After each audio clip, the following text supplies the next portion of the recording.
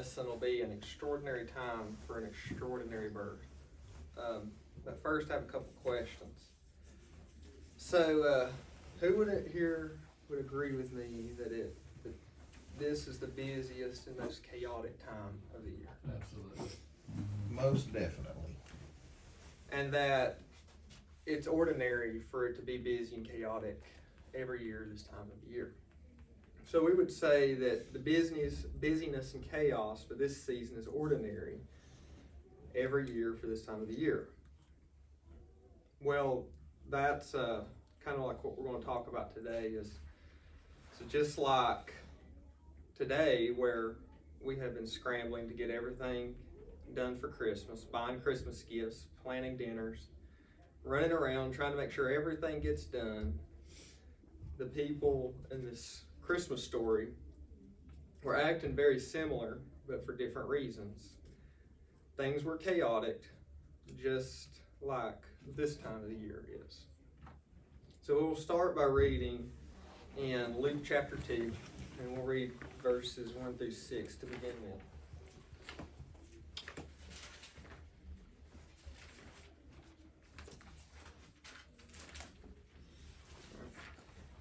And it came to pass in those days there went out a decree from Caesar Augustus that all the world should be taxed. And this taxing was first made by Cyrenius, was governor of Syria.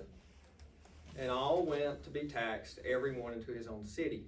And Joseph also went up from Galilee out of the city of Nazareth into Judea, into the city of David, which is called Bethlehem, because it was the house and lineage of David, to be taxed with Mary, his espoused wife, being great with child. And so it was that, while they were there, the days were accomplished that she shall be delivered. Let me figure out a difference. So during this the time period of Jesus, it was normal people doing normal things. And I think oftentimes when we read the story, we think that, they were acting in a very, it was very abnormal from what we know. So like we don't think that they were acting like we don't really understand how ordinarily they were acting, but really they were just doing normal things in normal times.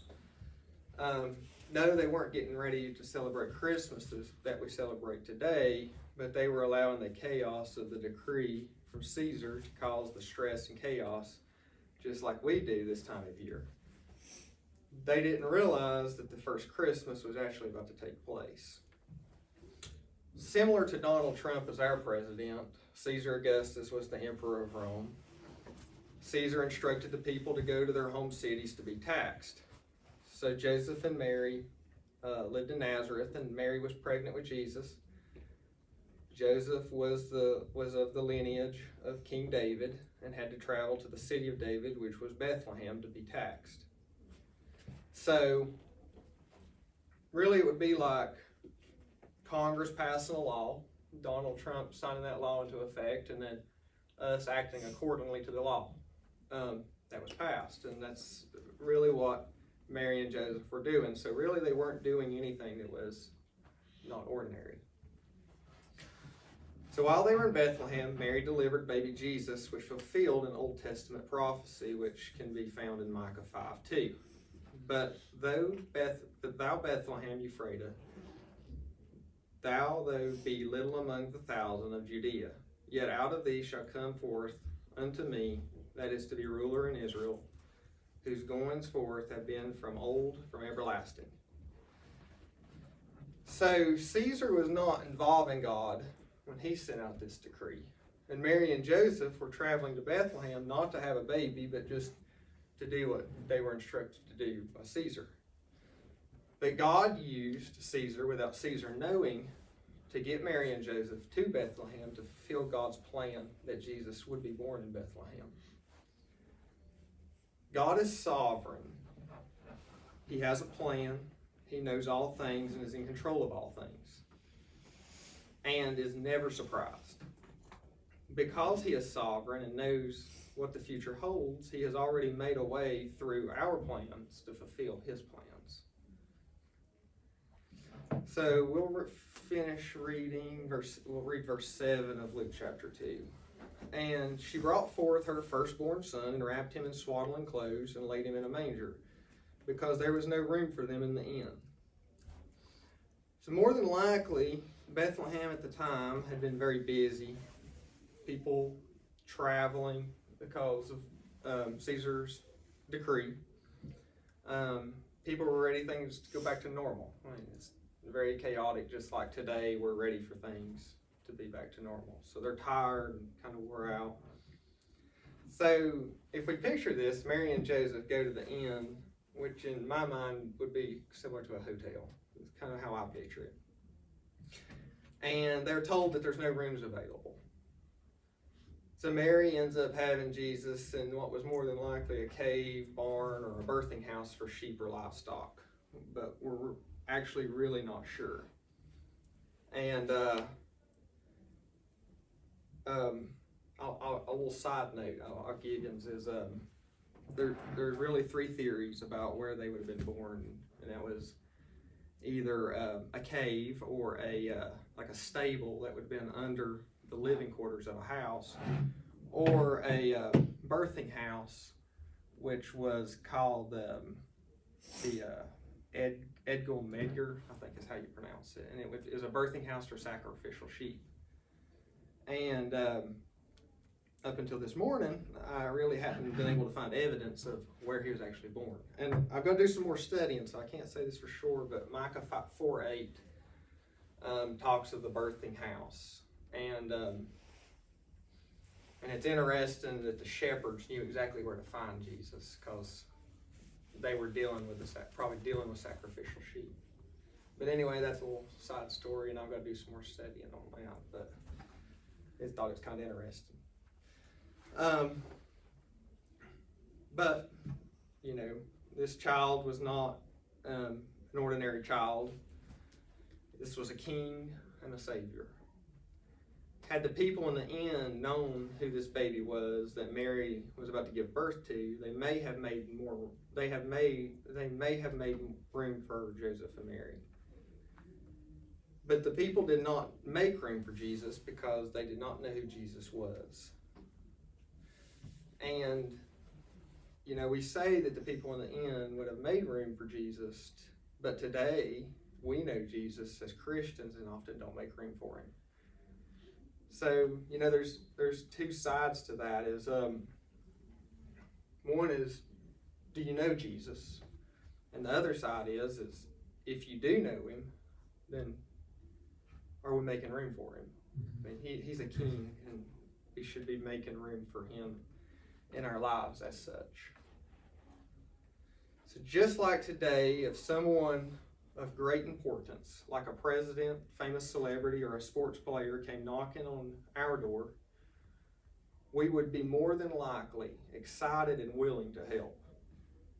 But if you did not know them, you'd be less likely to help someone who is a stranger to you because of the inconvenience it may cause you. Christ has instructed us to serve people regardless of who they are, what they look like, how they dress, or even their significance.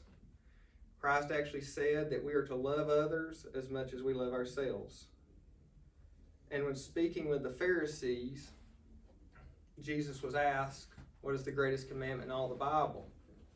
And in Matthew 22:36-40, the Pharisees asked Jesus, Master, which is the great commandment in the law?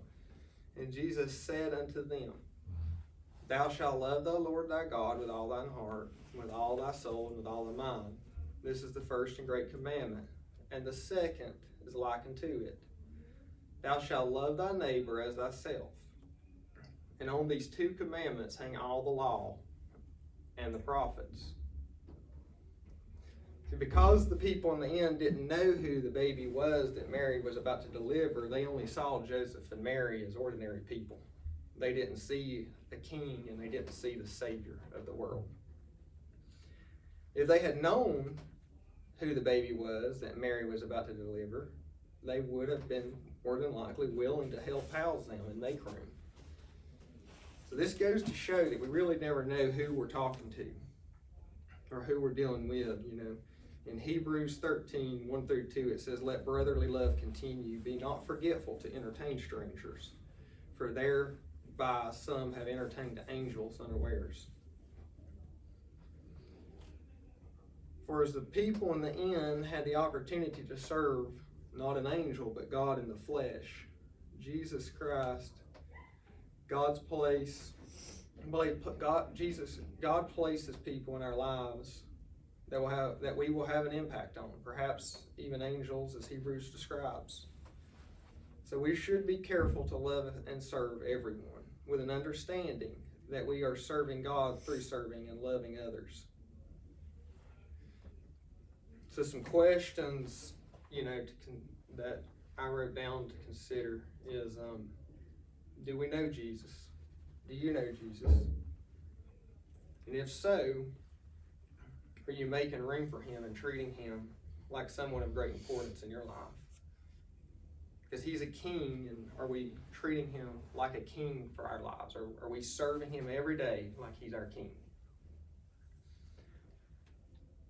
And are you following his two greatest commandments? To love him with all your heart, soul, and mind, and to love others as yourself. That's kind of all I have. But I did want to show y'all. I was talking about the tower of the flock. Let's see. So this would be a picture of what it would have looked like. It's just a tower. It was like a birthing house, and some of the stuff I found interesting while doing some of the studying is the swaddling clothes that we read about Jesus was wrapped in would have been rags to wrap sacrificial sheep in to protect them from spots or blemishes. And the shepherds that we read about were, you know, they were more than likely watching over sacrificial flocks. So it's there's a lot of symbolism, I think, pointing to Christ as being a sacrifice even at his birth. And I thought that was pretty cool. That's pretty interesting. Yeah. Does anyone have any questions?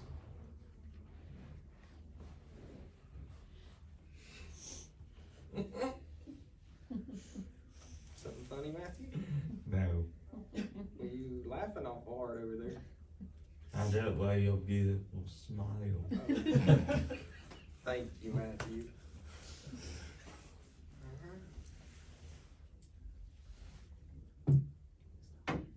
What are you looking at me for? I figured you'd have a question or a comment. You got anything? I thought you did a good I job. thought he did a really good job. Brought some interesting points out that Yeah, I I like thought about. I like the whole sacrificial place for the where Christ was born to being a sacrifice for the sheep.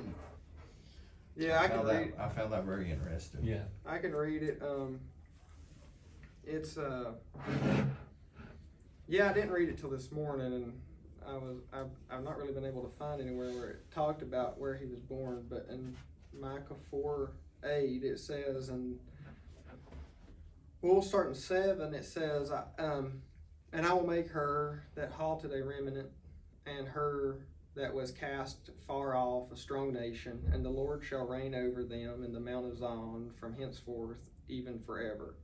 And thou, O tower of flock, the stronghold of the daughter of Zion, and to thee shall it come, even the first dominion, the kingdom shall come of the daughter of Jerusalem. So, kind of interesting. It calls it the Tower of Flock in that verse. Yeah. So yeah, and then I was reading another article on it, and it was talking about, you know, I hadn't ever thought about it, but when the angel appeared to the shepherds, the angel didn't tell the shepherds where to go. And the article I was reading was saying that they didn't have to be told where to go because they were shepherds that are overseeing the sacrificial sheep. So knowing the scriptures and the swaddling clothes and the story, they knew exactly where Jesus was at. That's cool. Yeah. Yeah, that was just something I read. I definitely got to study on it and can't say with a degree of accuracy. But anyway. Very interesting. Mm-hmm. You'll have to, give us another lesson on that. Not next Sunday. No, Brother Joe's gonna take next Sunday. Might be through Skype. Yeah. Next Joe, Sunday. pay attention. Yeah, unless you want to. If you'd like to, I mean, you're welcome to teach. I will let you. I would do You it let me do it? myself. You gonna pick 'em? Is that what you doing? You want me to